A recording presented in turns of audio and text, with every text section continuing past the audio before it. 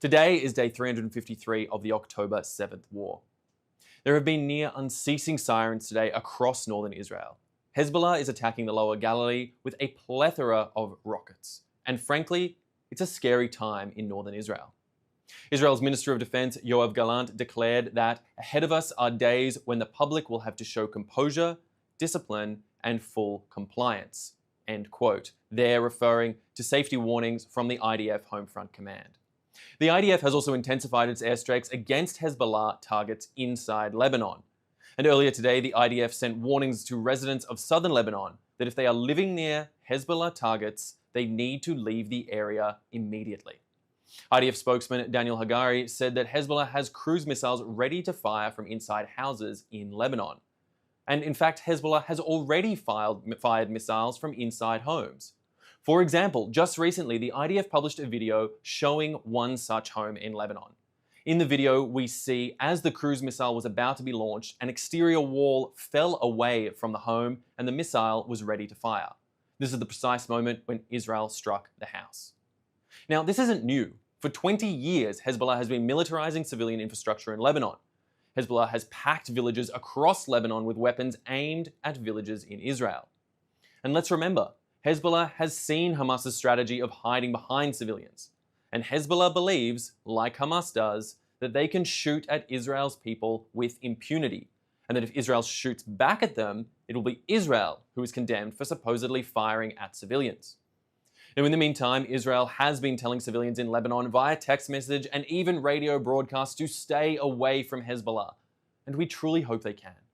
Israel does not want a war with Lebanon or its people. That's why Iran's terror army in Lebanon is trying to use Lebanon's people as its personal shield. As Israel acts against Hezbollah, we need to hold them to account for endangering innocent people all around them. Like Hamas, Hezbollah wants to murder Israel's children from behind Lebanon's children. And as the fighting intensifies between Israel and Hezbollah, you can be sure that world leaders and media will start the story at the end, unfortunately, rather than at the beginning. Here are some key points that everyone needs to know. Number one, Hezbollah is a Lebanese militia that takes its orders from Iran's Islamic Revolutionary Guard Corps. Number two, Hezbollah joined Hamas's war on October 8th. Number three, Hezbollah has continued to wage war for the past year. Number four, Hezbollah wants to destroy Israel. Number five, Hezbollah has fired rockets, anti-tank missiles, and suicide drones into Israeli towns. Number six, more than 60,000 Israelis living near the border with Lebanon have fled their homes because they are in imminent and immediate danger. Number seven, Israel has the right to defend itself against the promise of destruction and against consistent acts of war. Number eight, diplomacy and Israeli military action up to this point have failed to persuade Hezbollah to stop attacking Israel.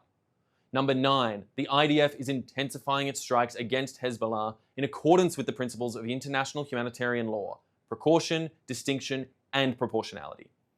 And lastly, number 10, the Israeli government's goal is to allow residents of northern Israel to return safely to their homes. Let's not forget, the Lebanese front is just one front of the 7-front war that the Hamas started on October 7th and Hezbollah joined on October 8th. Those fronts are as follow: Gaza, the West Bank, Lebanon, Syria, Iraq, Yemen, and of course Iran itself. And unfortunately, the bonus 8th front, Jews in the diaspora around the world who are also under attack. All right, at this point, I'd like to invite our audience watching at home to please submit their questions. This is a question from Instagram Live. Do we know Hezbollah's plan in the next few days?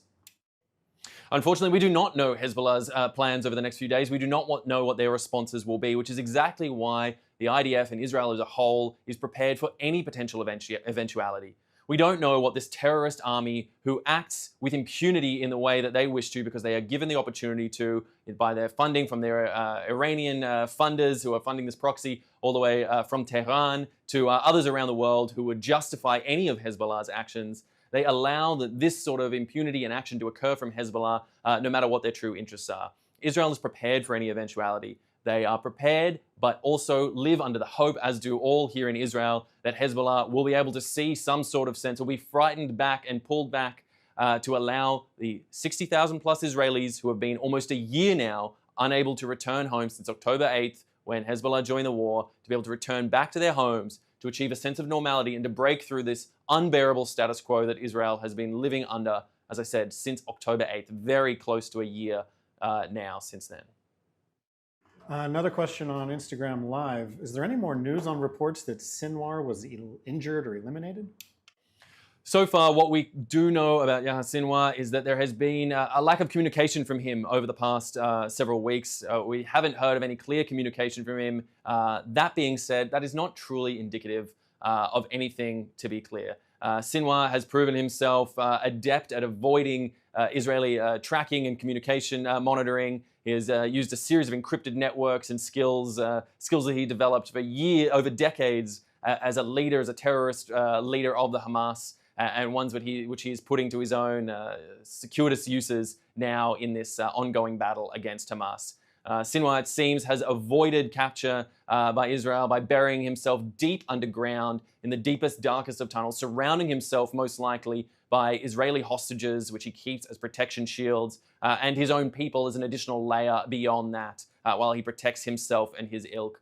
Whether Sinwar has been injured, whether Sinwar has been killed, whether he's fled out of the Gaza Strip to try and find safe haven in another area. At the moment, we don't truly know, but we will not stop. Israel will not stop, and the IDF will not stop until we ensure, at the end of the day, that he is put to bed and Hamas and the rest of his organization are utterly dismantled and destroyed. This is a question from Instagram Live from Eliel's. Was Hezbollah's plan to invade the Galilee ultimately thwarted? Maybe not thwarted entirely. As we've seen, the attack on Hezbollah commanders there in Beirut, they managed to kill off a number of senior Hezbollah figures that were reportedly planning this attack into the Galilee. Seems to have been highly effective, seems to have done a great deal of damage to the sort of leadership that would be leading this sort of charge, but we can't know for certain that this has dismantled the plans in their entirety. Obviously, as I said earlier, the IDF is ready. Israel is ready. They have evacuated those 60,000 or plus Israelis from the northern border to ensure that they are able to build a proper, strong, and secure military border and foundation to prevent anyone from crossing the border there. But Hezbollah continues to act, as I said, with their own impunity, seeking for plans that would try and commit the sort of atrocities that we saw on October 7th again and again if they had the opportunity. So Israel must be ever vigilant, ever ready. And that is not just the IDF I'm talking about. That is the people of Israel that are having to be ever vigilant and ever ready. It is undoubtedly a scary time.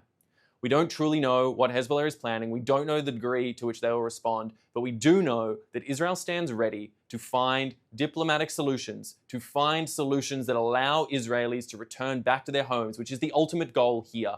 After close to a year now in which Israelis have been unable to live in the north for the threat of the literal hundreds of thousands of rockets, missiles, and drones that are pointed at them just across the border in southern Lebanon, controlled by Hezbollah. This status quo cannot be returned to. This status quo cannot be maintained. And that is the most important thing that Israel, the IDF, and everyone in the free world should be fighting in order to break down and prevent. It's a question from Ian on YouTube. Why has the IDF not retrieved more hostages? And the IDF is absolutely trying its best to retrieve as many hostages as it can from Hamas and from the Gaza Strip. But as it stands now, and unfortunately as the reality is, Hamas understands the value of these assets that they've taken, these human beings, I should say, rather, these human beings that they stole from their homes, but they see as potential assets, as potential fruits of war to be traded in order to gain advantage or continue their ongoing survival in any way that they possibly can. And in understanding that value, they keep these assets as they see them close at hand. As I said earlier, Yahya Sinwar is most likely sitting surrounded by hostages under the full knowledge that should any IDF assault attempt to root him out of his rat cellar, that he would be able to rely on these hostages around him as a protective shield, as he protects himself even with his own people at the same time. The value he would give to an Israeli life would only be so much as the value that we as Israelis put on these lives. This is the terrible reality of the situation on the ground, and this is why it has been so hard in order to enact the remarkable rescue operations that the IDF has put up until now to save a few of the hostages. We've seen deals done in the past. We hope that we can get the remaining hostages out, no matter what state they may be, and that is a clear, critical goal in order to bring them home now. We must never lose sight of that goal, but as it stands for now, the situation on the ground is clearly incredibly difficult, and everyone in Israel and the IDF and hopefully all our allies around the world are working tirelessly to try and get those hostages back as soon as possible. We have time for two more questions. This one is from Sammy on YouTube, who writes that the Iranian resistance in Iraq has been firing more drones per day towards Israel. It's a big escalation, as it has never been as frequent as it is now. Is this a concern? And will the IDF also strike in Iraq? Sammy, that's a fantastic question because it certainly is a concern. The entire ring of fire approach that Iran and its militant proxies have put in place around Israel on all fronts, almost entirely surrounding Israel, are indeed indicative of deep concerns. And these militant organizations operating with impunity from Iraq, from Syria, from Lebanon, and from all the other nations around Israel where they do so is a serious and significant problem. As we saw with the pager explosions in the last few weeks, it was remarkable to see that those pagers exploded not only within Lebanon, but also within Syria, also within Iraq, showing that these linked militant organizations all share singular goals and are using the same networks in which to operate. So it is, in fact, unsurprising that we're seeing these sort of attacks coming from those areas, but Israel will act wherever it needs to in order to defend its sovereignty, in order to defend its people from arbitrary missile assaults that would come firing at them from any side. It is not an acceptable situation, and I want everyone watching to consider how that situation would be tolerated in their home, towns, countries, cities, wherever. How many rockets would you accept fired towards you before you felt the need to respond, before you felt the need to take any action to protect yourselves, your children, your families, whomever it may be watching, whoever may be there with you? This is an intolerable situation, and Israelis certainly should not be expected to live with it, despite the fact that it seems to become an acceptable status quo for so many to have militants surrounding you, firing upon you. This is not an acceptable status quo, and we here in Israel will not accept it. Our final question today is from Instagram Live, an account called Czech Support Israel. The question is, can I come to Tel Aviv for tourism now? You absolutely can come to Tel Aviv for tourism. This area right now, Tel Aviv, it is a flourishing area in the world. There are people sitting in cafes. There are people enjoying the fine early autumn weather. There are people out enjoying the beach and trying to live their lives as best they can. Certainly the situation is difficult, and it may become more difficult over the days, weeks, and months ahead. And we all must be sensible and aware, alert but not alarmed.